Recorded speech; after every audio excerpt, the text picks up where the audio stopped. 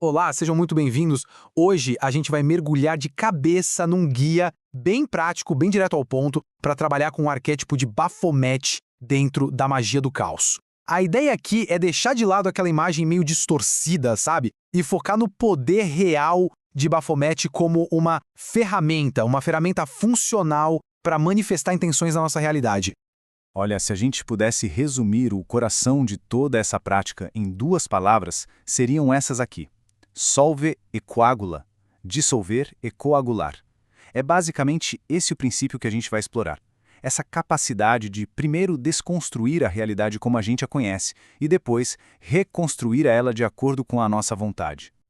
Então, vamos direto ao ponto, que é o mais importante. Nessa abordagem, Baphomet não é uma entidade externa para a gente adorar. Pense em Baphomet como um arquétipo, um símbolo funcional que representa o equilíbrio dinâmico de todas as coisas. É a união dos opostos, sabe? É como se fosse o motor, a força motriz por trás daquele processo de solve et coagula que conecta o imaterial com o material. Bom, o nosso roteiro de hoje está bem direto ao ponto. A gente já começou a desmistificar o arquétipo, agora vamos construir a base mágica que é necessária.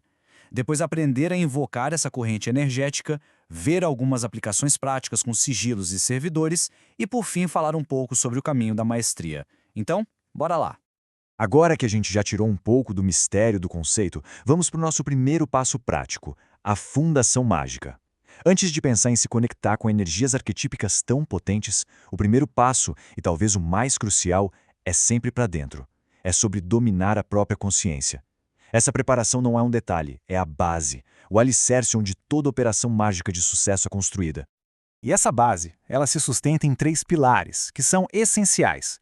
Primeiro, acalmar a mente e o corpo, para diminuir o ruído mental. Segundo, alcançar o estado de gnose, que é o estado onde a magia realmente acontece. E terceiro, realizar a higiene mágica, a limpeza energética, através de rituais de banimento. Mas afinal, o que é essa tal de gnose? Pensa assim. É um estado de foco total, um tipo de transe onde aquelas vozinhas da dúvida, da crítica, da análise, tudo isso que vem da mente consciente, é temporariamente desligado. A gnose é a porta de entrada que permite que a nossa intenção mágica seja plantada direto no subconsciente, para aí sim ela poder crescer. E o legal é que existem dois caminhos principais para chegar a esse estado. Os métodos que a gente chama de inibitórios, que buscam aquietar a mente até o silêncio, tipo com meditação e relaxamento, e tem os métodos excitatórios, que fazem o contrário. Eles sobrecarregam a mente com dança, com canto, com emoções bem intensas, até que o sensor simplesmente desliga por excesso de estímulo. No fim das contas, os dois caminhos levam ao mesmo lugar. E falando em preparação, não dá para esquecer da higiene. Essa citação aqui ilustra perfeitamente a importância do banimento. É como uma limpeza energética, você faz antes para purificar o espaço e faz depois para dispersar qualquer energia que tenha ficado. Ignorar isso é exatamente como um cirurgião operando sem esterilizar os instrumentos. É a garantia de um trabalho limpo e, principalmente, seguro. Ok, com a base sólida, a gente pode ir para o próximo passo. Vamos ver como invocar a corrente bafomética. E é muito importante entender que invocar nesse contexto não tem nada a ver com adoração.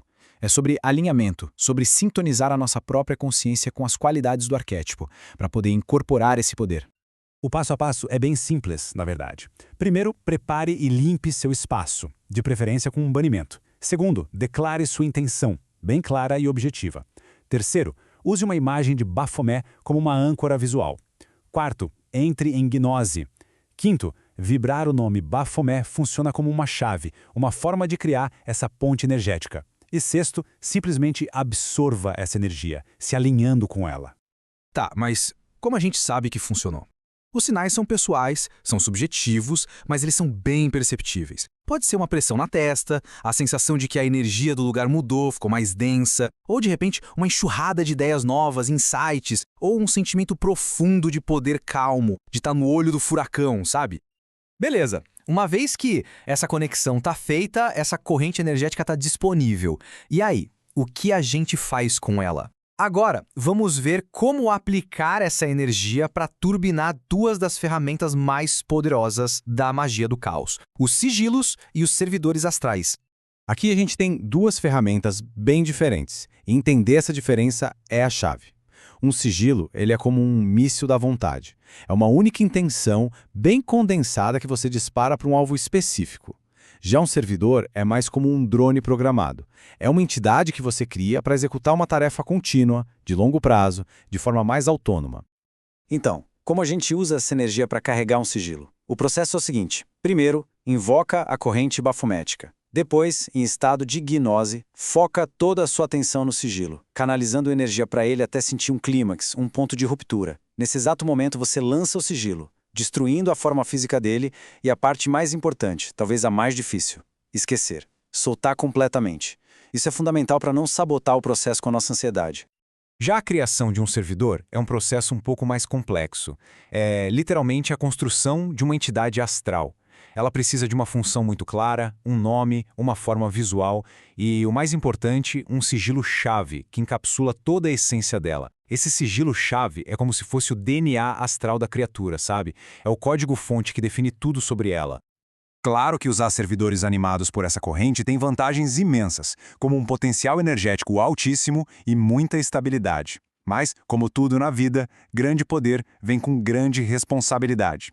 Exige banimentos rigorosos para manter a higiene energética e uma clareza de intenção absoluta, porque qualquer ambiguidade na programação pode acabar sendo amplificada. E com isso, a gente começa a chegar na parte final do nosso guia. Com as ferramentas em mãos, o foco agora volta para dentro. A gente sai um pouco da técnica, do como fazer e entra na mentalidade, no porquê fazer, explorando o que é necessário para uma prática avançada e principalmente segura. E essa frase aqui, nossa, ela resume tudo perfeitamente. O poder de influenciar a realidade exige um código de conduta interno impecável. Ética e responsabilidade não são opcionais nesse caminho. Elas são, na verdade, a condição, o preço a ser pago pela verdadeira maestria.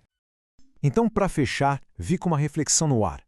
No momento em que se tem acesso a ferramentas que podem, literalmente, dissolver e reconstruir partes da realidade, a questão mais importante passa a ser como garantir que a própria vontade continue íntegra, clara e soberana, sem se perder no meio do processo.